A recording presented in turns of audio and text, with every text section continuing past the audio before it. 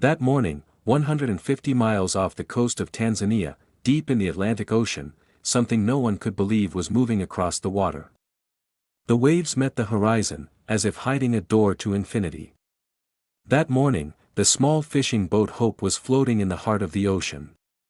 The crew consisted of 4 people: Jamal, Abesai, Hassan and Kofi. There was no wind. The surface of the sea was almost as flat as a mirror. No one knew if this calmness was a harbinger of the coming storm. Jamal squinted into the distance, keeping watch as usual. A shadow appeared before his eyes. A dark speck moving through the waves, over the breakers. He rubbed his eyes and looked again. The shadow was moving slowly across the surface of the water, almost 50 meters away. Abesai, give me the binoculars, he said, his voice low but tense. Abesai handed him the binoculars. When Jamal looked through the lenses, his breath caught in his throat. His heart began to race. He blinked, refocused. When the image became clear, he almost dropped the binoculars. This is impossible, he whispered. Abesai and Hassan snuggled up to him curiously. What is impossible? Did you see a dolphin or a shark? Hassan asked sarcastically. Jamal's eyes never left the binoculars, his voice trembling. No. Neither dolphin nor shark. This is a lion. A moment of silence fell over the boat. No one could speak, no one breathed. In the middle of the ocean, 150 miles from shore, the king of the savannah, a lion, was swimming. Hassan burst out laughing. The sun has really hit you, my friend. A lion in the ocean? Abesai smiled and nodded, but the seriousness in Jamal's eyes startled them. Abesai grabbed the binoculars and looked through them. His face instantly turned white. His hands began to tremble. My God, it really is a lion, he said in a low voice. He dropped the binoculars and the sound of metal hitting the floor echoed through the boat. Everyone's heart raced at the same time, pulses pounding in their ears. Jamal came to his senses and immediately grabbed the radio. This is Hope. This is an emergency. I repeat, emergency. We are 150 miles off the coast of Tanzania. A lion is swimming. A scratchy voice came over the radio. Can you repeat that? Did you say dolphin? Jamal caught his breath, his voice sharp and clear. No, not a dolphin. It's not a shark. It's a lion. A huge male lion, swimming in the middle of the ocean. The silence from the shore was as heavy as the incredulity of the situation. A lion? Are you sure? It's impossible. Jamal turned his eyes back to the horizon. The lion was still moving on the water. His mane was submerged, his tail dragging behind him. With each stroke, it sank a little deeper, but managed to raise its head above the water again. If we don't help him, he will die, Jamal said, his voice cracking. You must come now. The voice on the radio was more determined this time. Give us your coordinates. We're diverting the team now. Don't get close, don't lose sight of it. Abesai stared at the lion in silence. A lion, in the middle of the water, but how? He whispered, as if talking to himself. Jamal touched his shoulder. I don't know how, he said. But I know this, if we don't do something now, he will die here. The boat was silent, only the slight vibration of the engine could be felt. But in the middle of the ocean, in untouched waters, nature's wild king was struggling to survive. And no one knew how it was possible. As a white speck appeared on the horizon, the fishermen looked excitedly at each other. Savannah. The Tanzanian Coast Guard ship was sailing across the vast waters of the Atlantic. The ship floating on the waves looked like a great hope. Without taking his eyes off the horizon, Abesai whispered, "They're here." Jamal took a deep breath, his eyes fixed on the lion moving wearily across the surface of the water. They will make it, he said to himself, but even his voice was not enough to convince himself. The lion was getting weaker with every stroke in the salt water. His mane stuck to the water, his tail dragging behind him.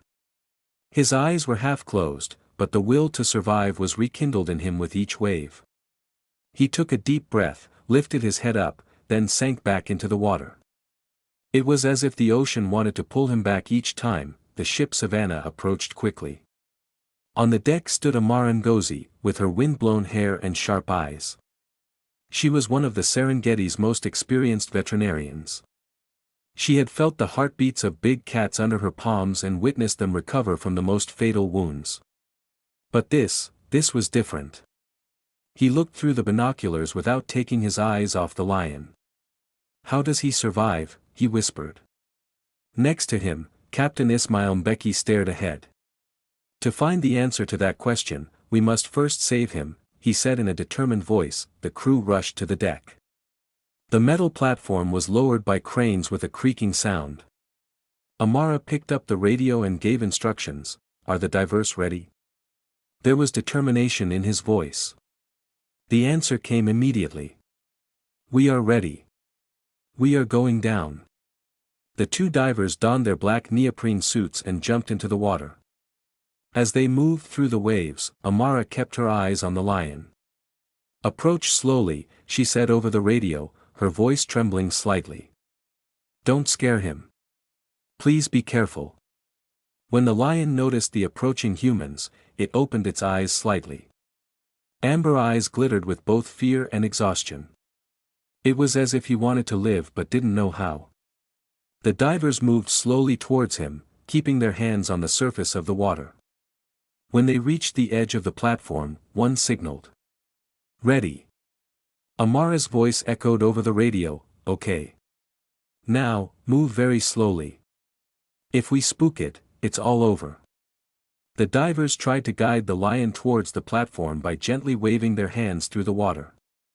With a last effort, the lion slapped its paws against the water and drifted to the edge of the platform. It turned slowly in the water and stood on it. The salt water from his mane hit the metal floor of the platform with heavy drops. Each drop was a trace of struggle. "Now we lift it," Amara shouted. The hydraulic system under the platform activated. With a metallic creak, the platform slowly rose. Everyone watched with bated breath as it climbed onto the deck of the Savannah. The lion's eyes slowly closed, but his chest was still rising and falling. Amara ran without waiting. She took a large syringe from the first aid kit she carried with her and filled it with a clear liquid. "This will help him regain his strength," she muttered to herself. He carefully inserted the needle into the lion's shoulder and slowly injected the medicine. The lion moaned softly, but its eyes were closed. Savannah's engine started up again. Captain Mbeki barked orders over the radio, "Full speed ahead. We must reach Dar es Salaam. The storm is coming." The sky began to darken. The wind howled across the deck of the Savannah. Amara knelt by the lion's bedside and gently laid her hand on his fur. "Your name will be Bahari," she whispered, her voice trembling. "The ocean couldn't swallow you, could it? Now you will survive." Suddenly the ship shook. As those on deck scrambled to keep their seats, Becky shouted over the radio, "The storm is here. Everyone hold your positions." The waves shook the Savannah, the metal hull creaking. The lion attached to the platform shifted slightly. Amara's heart began to race. "No. No, no, no," she said to herself. Amara pressed her hands to the platform as the ship swayed to and fro in the pounding waves. "Look at me, my friend, you will hold on. You will not leave me." Tears welled up in her eyes. Bahari opened his eyes slightly. Those amber eyes, as if making a promise to Amara. "I won't leave," the captain's voice echoed as the ship tore through the huge waves. "We are reaching the harbor. Get ready." Amara patted Bahari on the head. "We did it, man," he whispered. "We will keep you alive." A lion that survived in the middle of the ocean. Bahari's miracle showed us that nature knows no boundaries. Which miracle of nature have you witnessed? Share it with us in the comments.